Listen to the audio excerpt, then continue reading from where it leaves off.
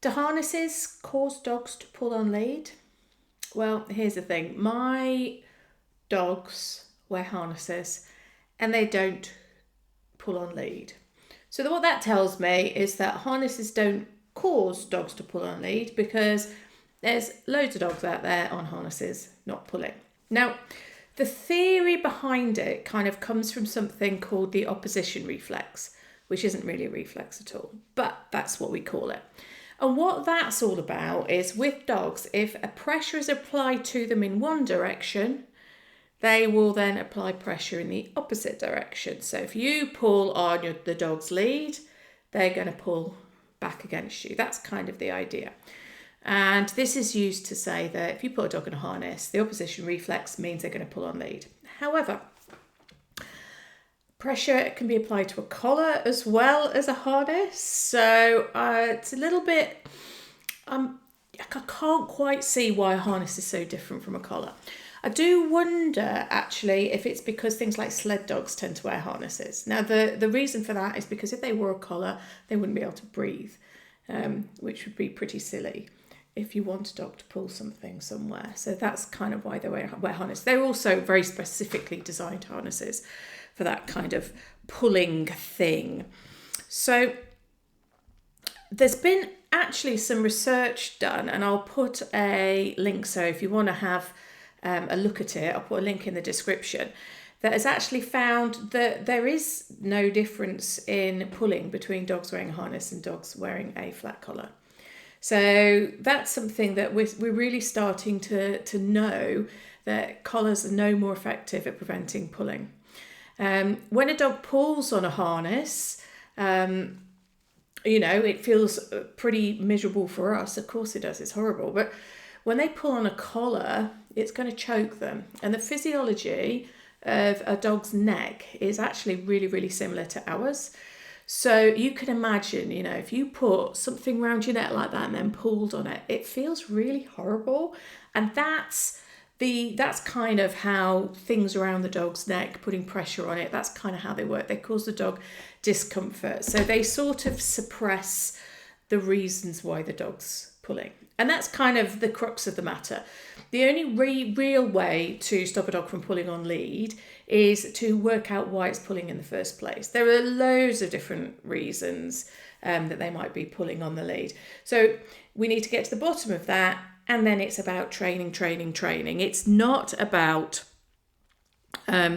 getting lots of different sorts of equipment and seeing if that works. You see people with a dog on a collar or on a harness, actually, for that matter. And if they start pulling, they check the lead, which means yanking on it. And again, that means doing something that the dog's going to find unpleasant and trying to stop a behaviour by basically being not very nice to the dog. That's kind of the long and the short of it. But then another reason that using a collar to stop a dog from pulling, it can be really, really dangerous. It's sort of the thin end of the wedge. Because if the flat collar doesn't work, perhaps, you might try slip lead, which in fact tightens around the dog's neck. And in fact, anything that tightens on a dog when they pull, so you can get those harnesses as well, can't you? That if the dog pulls, it tightens on them. Those are causing the dog discomfort.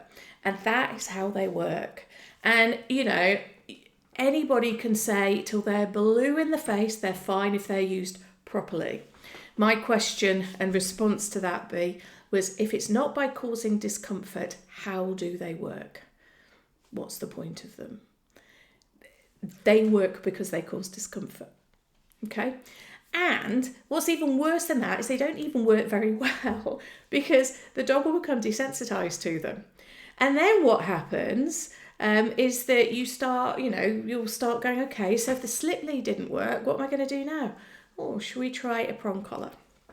I've got a prong collar here that I got from somebody that was going to use it on their dogs and then chose not to and gave it to me, which was great. Now, I can't fit that around my neck, and I don't think I want to. It actually makes me feel really icky.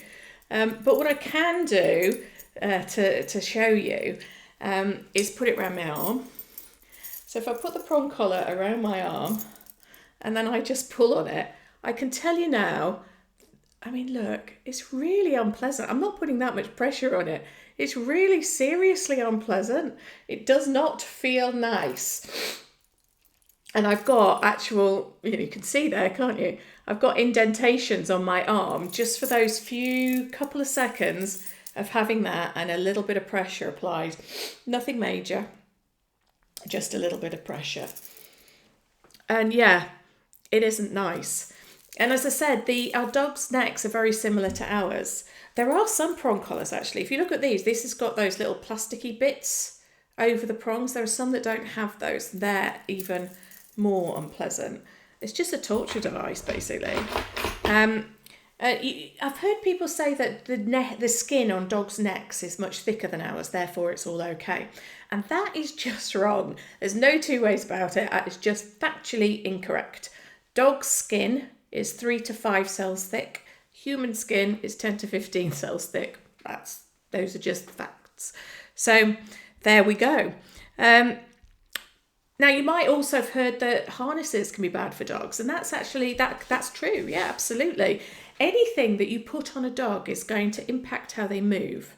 And that impact, if you impact how they move, there can be injury or, long-term stresses on the body and that kind of thing. What we're looking at here is because we're trying to fit our dogs into our human world. So we need to stop them running into the middle of the main road and all those kind of things. So we need to have some way of doing that. And it's a question of picking the least worst thing. Now, there are some harnesses better than others. So you get those ones, if you've seen them, where they've got a big old chest plate here and it comes below the dog's shoulders, and that really does restrict movement quite a lot. So those ones aren't great to use. Personally, I use either a Y or an X-shaped harness. I'll show you here. This is one of my dog's harnesses that I happen to have. So this is a perfect fit harness that I've got for Dash. And I really like this one. So this goes, that's where his neck will go. And you can see that those going to go sort of down here. And then it goes down his spine there. So there's loads of space here where his shoulder can move. So he's okay. Hattie's one's really similar. This one is a T-touch harness. And again, it's the same kind of principle. So her head would go through here. The harness would go over like that. And again, there's very little on the dog then. It's kind of quite a minimal sort of thing. So those are kind of nice. Having said that, when I first got Hattie as a super nervous rescue, she hated a harness. And when we're talking about things that are aversive to a dog, so by that I mean things that our dogs find really unpleasant, for her, the harness was really aversive. She hated it.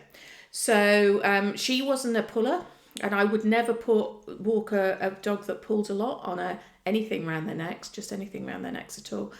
But she didn't pull, so I could walk her on a collar. Now that we've kind of worked with this, she's absolutely fine with a harness, so I tend to use that. But she would walk fine on either a harness or a collar. There's nothing wrong with walking your dog on a collar as long as your dog isn't pulling on it. That's the absolutely critical thing. So what I'm going to do a couple of things at the end of this video.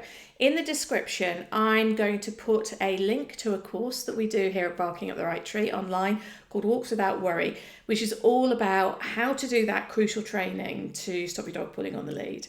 So I'll bob that link in below. I'll also put a couple of references. So if you want to do any further reading on the research that's kind of behind what I'm talking about, some of that research, you can do that here too.